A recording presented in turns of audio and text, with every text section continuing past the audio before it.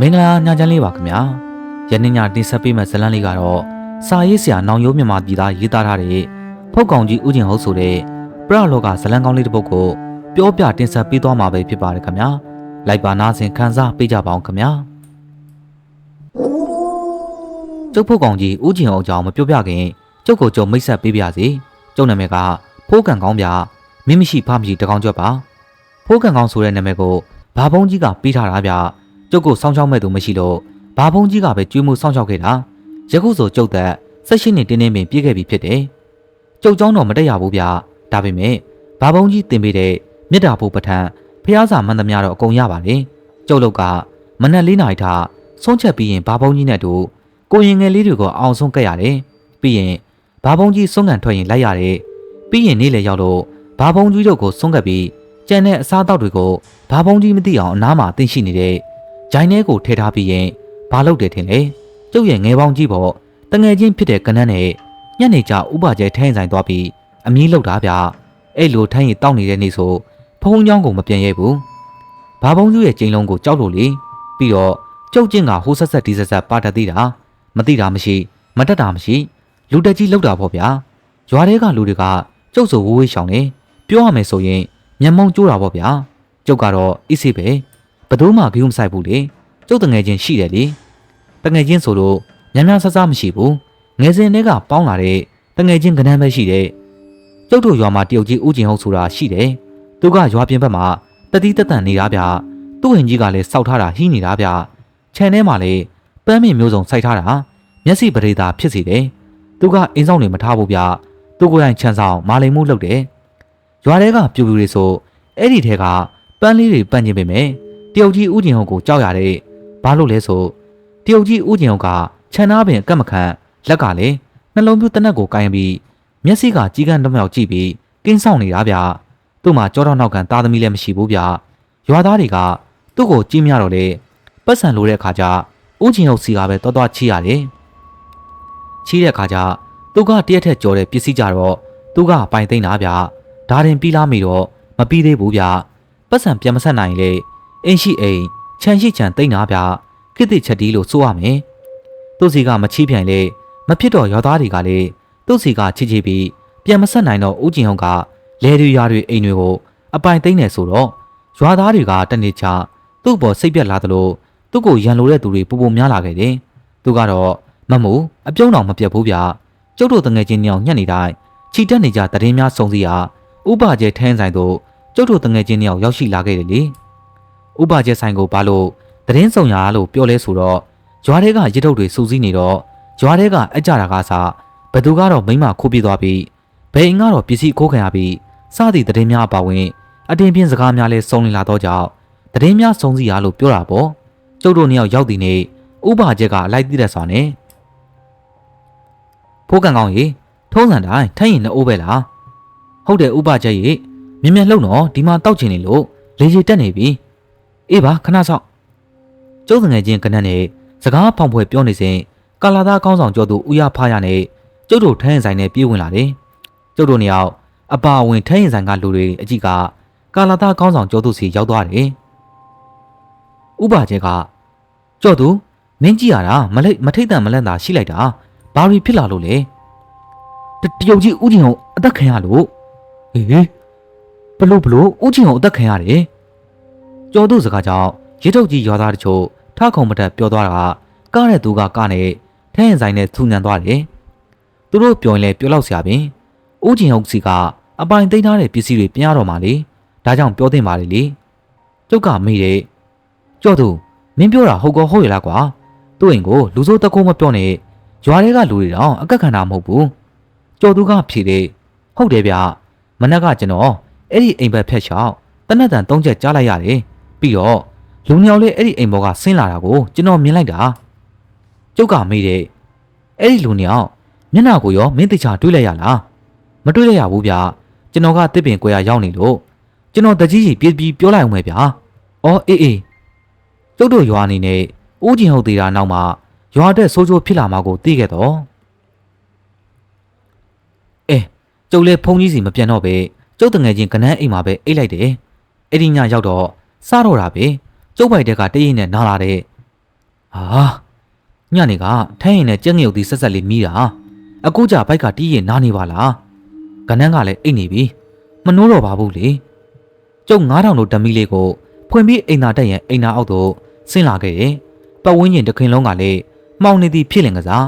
ကျိုးထိုကျဲတဲ့ပေါက်နေတော့တစ်ပင်ကြီးများကလည်းတစေတကောင်မတ်တက်ရက်နေသည်လားကြောက်မွက်ဖွယ်ကောင်းလာပေတယ်ကျုပ်လက်ကလည်းအငိမ့်နေတာမဟုတ်ဘူးအိမ်သာထဲမဝင်ခင်9000တို့ဓမီနဲ့တောင်ထိုးလိုက်မြောက်ထိုးလိုက်လုံနေစဉ်တနေရာရောက်တော့ခြုံကြားတွေကနေတစုံတယောက်ပြေးသွားသည်ကိုကျုပ်တွေးလိုက်ရတော့ခြုံကြားတွေကိုဓမီနဲ့အသေးချာထိုးကြည့်တော့ဘာမှမတွေ့ရဒီနောက်သို့လက်ကြည့်ဦးကျင်ဟုတ်ကကျုပ်ကိုစစ်စစ်ကြည့်နေတာဗျအမလီဗျဦးကျင်ဟုတ်ကျုပ်ပြောလဲပြောလက်ထဲကဓမီလည်းပြုတ်ကျသွားတယ်ဦးကျင်ဟုတ်ခင်ဗျားပြေးပြီဆိုဘာပြောတာလဲဦးကျင်ဟုတ်အတန်ရှက်တတနဲ့ပြောတဲ့စကားကြောင့်အမလီကဲကြပါကျုပ်ပါဇက်ကလည်းအော်လဲအော်ပြေးလဲပြေးအိမ်မော်ကိုဘလို့ရောက်သွားလဲမသိပြီအိမ်အောက်ကနေလေဆွဆွဲငငယ်ဦးလိုက်တော့ခွေးဥတန်ကြောင့်ကျုပ်ဆောင်ကိုခေါင်းမှုချုံကကြောက်လန့်မှုကြောင့်မေးချင်းပင်ရိုက်လို့ပင်ဖြစ်နေတော့တယ်မနေ့ရောက်တော့ကျုပ်ကိုယ်တွေချစ်ချစ်တောက်ပူပြီးဖျားတော့တယ်ကနန်းကမေးတယ်ဟာဖိုးကန်ကောင်မင်းကိုယ်တွေချစ်ချစ်တောက်ပူနေပါလားမနေ့ကတော့အကောင်းကြီးရှိသေးတယ်အေးဟုတ်တယ်ကွာကြောက်ဖျားဖျားတာဘလို့ကြောက်ဖျားဖျားတာအေးကွာညကငါဘာကြီးလာတာလို့အိမ်သာတက်မယ်လို့ငါတမီးနဲ့ဟိုတိုးဒီတိုးလှုပ်ရင်ဦးကျင်အောင်နဲ့တွေ့ပြီးငါပြေးလာတယ်အိမ်မော်ကိုတော့ဘလို့ပုံစံရောက်လာမှန်းတော့မသိပါဘူးကွာဟေးမင်းဦးကျင်အောင်နဲ့တွေ့တယ်အေးကွာ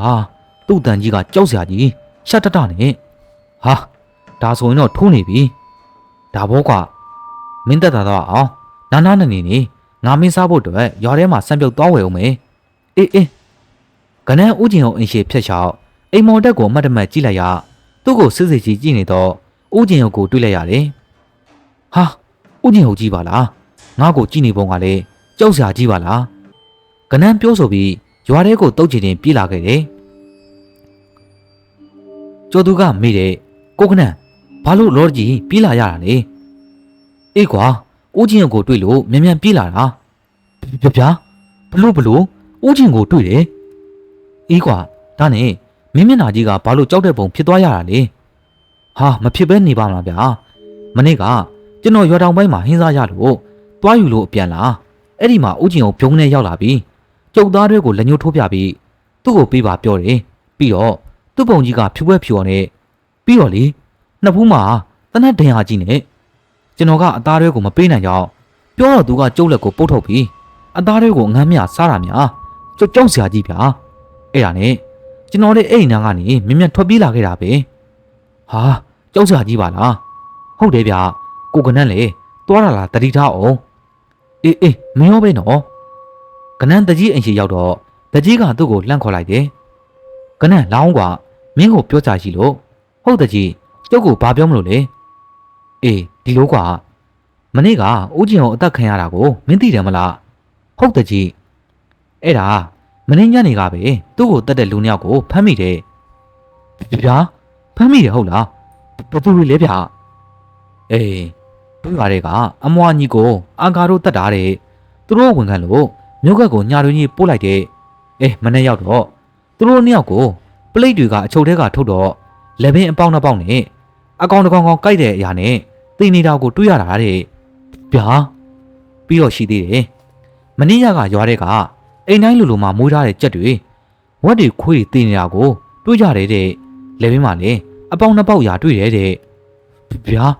တကြီးဒါဆိုဦးကျင်ဟုတ်နဲ့တက်ဆိုင်နေမလားဟမ်ငါလည်းအဲ့ဒါစဉ်းစားနေတာဦးကျင်ဟုတ်အသက်ခံရတော့သူ့လောင်းကအိမ်ထဲမှာဒီတိုင်းလေငါဆရာတော်ဖះကိုတော့ရှောက်ထားတယ်ဒီညနေမင်းတို့လူငယ်တစုရဲ့ငါရဲ့ဆရာတော်ဖះရဲ့ဦးကျင်ဟုတ်အိမ်ကိုတွားကြမယ်မင်းတငယ်ချင်းဖိုးကန်ကောင်းလေခေါ်ခဲ့ကြလားဟုတ်တကြီးကနန်းအိမ်ရောက်တော့တကြီးပြောခဲ့တဲ့အကြောင်းအရာတွေကိုပြန်ပြောပြတော့ကျုပ်မှဖြစ်ကြောက်လိုက်တာနေစရာနေရာတော့မရှိတော့ဘူးအဲ့ဒီလိုနဲ့ညနေရောက်တော့ကျုပ်တို့လူငယ်တွေကဆရာတော်ဖះနောက်ပါကနေဦးကျင်ကိုအိမ်ထဲကိုဝင်ခဲ့တယ်အိမ်ထဲရောက်တော့တကားကဖွင့်မြတော့ကြော်ကအသိယူလာတော့ပေါက်စိန်နဲ့တကားကိုရိုက်ဖွင့်ပြီးအထဲကိုဝင်လာခဲ့တယ်အိမ်ထဲရောက်တော့ကျုပ်တို့အတန်အော်သွားတယ်ဗျဘာလို့လဲဆိုတော့ဦးကျင်ကိုကျမ်းမြေပေါ်မှာလူသားမန်တယောက်လိုစန့်စန့်ကြီးအိတ်နေတာဗျ ဆရာတော်ဖျားကလည်းကဲတကားလေးတို့တေသူတကားကြီးဦးကျင်ဟိုရဲ့ပါဇက်ကိုဖျက်ကြည့်စမ်းလူတိုင်းကဦးကျင်ဟိုအလောင်းကိုကင်ဖို့တွတ်ဆုံနေတယ်ဆရာတော်ဖျားကတကားလေးတို့မြင်မြတ်လို့အချိန်မရှိဘူးကျုပ်ကပြောတယ်ခမည်းတော်မလုပ်ရင်နေကျုပ်လုံးမဲ့ကျုပ်ဦးကျင်ဟိုရဲ့ပါဇက်ကိုဖျက်တော့ပြန်သူတွေကအနာကနေရက်ကြည့်နေကြတယ်ကျုပ်ဦးကျင်ဟိုပါဇက်ကိုဖျက်လိုက်တော့ကျုပ်ပါဝင်ကျန်တဲ့သူအလုံးလမ်းသွားတယ်ဟာဟင်အမလီအားလုံးကိုစီမှာအာမဏိတန်ထွက်သွားတယ်မအံဩပဲနေလင်းရောမလားဦးကျင်ရောက်သွားမှာအဆွဲလေးတောင်တော်တော်ရှိနေထွက်နေတာကိုတွေ့ရသောကြောင့်ဖြစ်တယ်တကားလေးတို့ကန့်သိပြီလို့အနောက်မှဆိုရင်ဦးကျင်ကတကားလေးတို့တွေ့ရလုံးကိုဒုက္ခပေးမှာအရှင်ဗျာသူကဘာဖြစ်သွားတာလဲအေးဒီလိုကွယ်တကားကြီးဦးကျင်ကအသက်ခံရပြီးသူ့သေးတော့သူ့နားမှာရှိနေတဲ့မကောင်ဆိုးကသူ့ကိုယ်ထဲဝင်သွားပြီးဖုတ်ကောင်ဖြစ်ပြောင်းသွားတာတကြီးပါဝင်လူငယ်အားလုံးလက်ပြန်သွားတယ်ကဲတကားလေးတို့အချိန်မရှိဘူးအသိယူလာတဲ့အခေါင်းထဲကိုမြင်မြင်ထည့်ကြည့်လူငယ်များကဦးကျင်ဟိုအလောင်းကိုအခေါင်းထဲထည့်နေစဉ်ဆရာတော်ဖျားကလည်းကမ္မဝါစာတွေယူပြီးနောက်ဦးကျင်ဟိုအိမ်မှာအကုန်လုံးထွက်ခဲ့ကဦးကျင်ဟိုအလောင်းကိုလည်းမုံမချုပ်ခင်တင်းချိုင်းကိုယူကမီးတကြိုလိုက်တယ်နောက်ပိုင်းကျုပ်တို့ရွာထဲမှာဦးကျင်ဟိုနဲ့ပတ်သက်ပြီးဘာသတင်းမှမကြားတော့ပေမဲ့သူ့ဝင်ရှိဖျက်ချောက်သွားရင်တော့ဦးကျင်ဟိုကြီးခြံထဲမှာလမ်းလျှောက်နေသည်ကိုလူတိုင်းတွေ့မြင်ရစေဖြစ်ပေတယ်ဟုတ်ကဲ့ပါဗျာစာရေးဆရာနောင်ရိုးမြန်မာပြည်သားရေးသားထားတဲ့